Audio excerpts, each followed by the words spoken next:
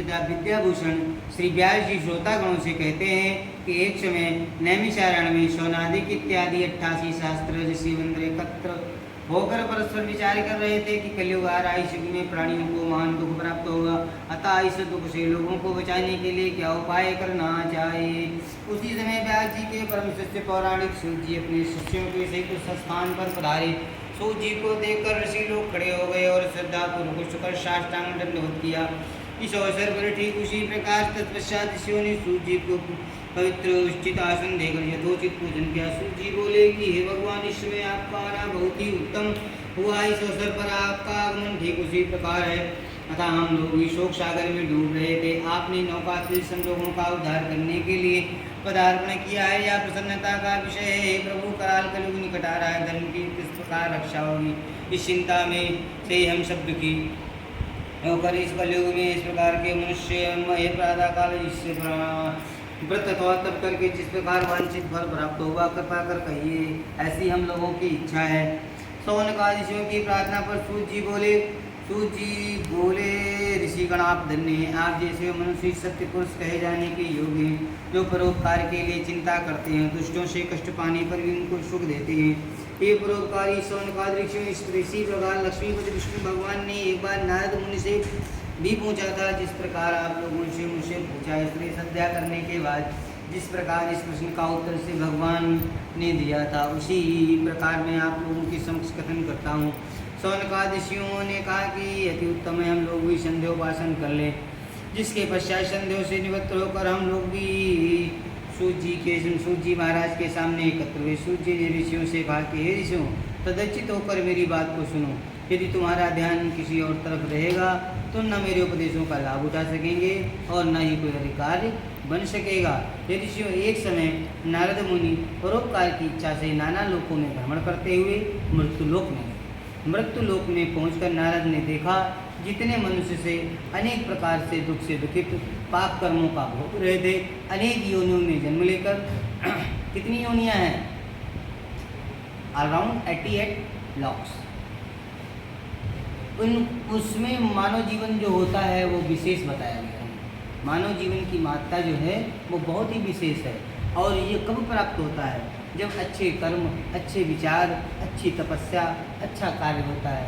नहीं तो व्यक्ति 84 लाख यानी कि 84 लाख योनियों में भटकता रहता है। कोई डॉग होता है, कोई वृक्ष होता है, सालों साल खड़ा रहता है, कोई नाली का कीड़ा होता है, नाना प्रकार के जीव जंतु आदि होते हैं। बहुत ही कृपा करने के बाद में आपको मनुष्य का जन्म मिलता है।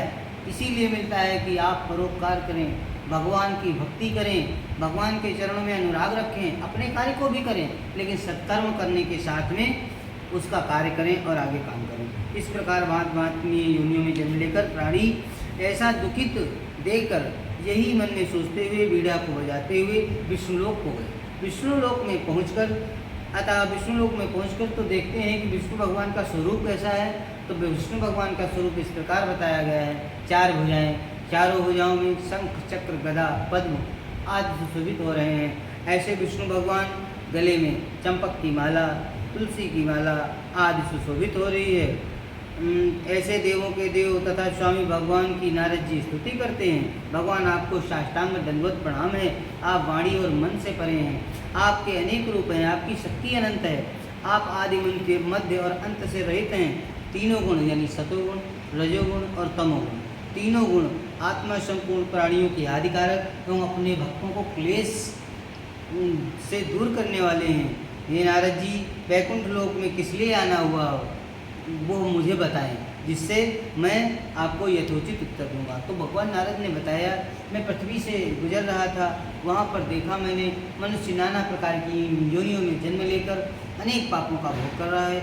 कोई ऐसा सैल्यूशन तैयार करें जिससे मानव जीवन का कलयुग में कल्याण हो, वो समस्त पापों से छूटकर दुर्लभ मोक्ष को प्राप्त हो, उसकी सभी प्रकार की मनोकामनाएं भी पूर्ण हो।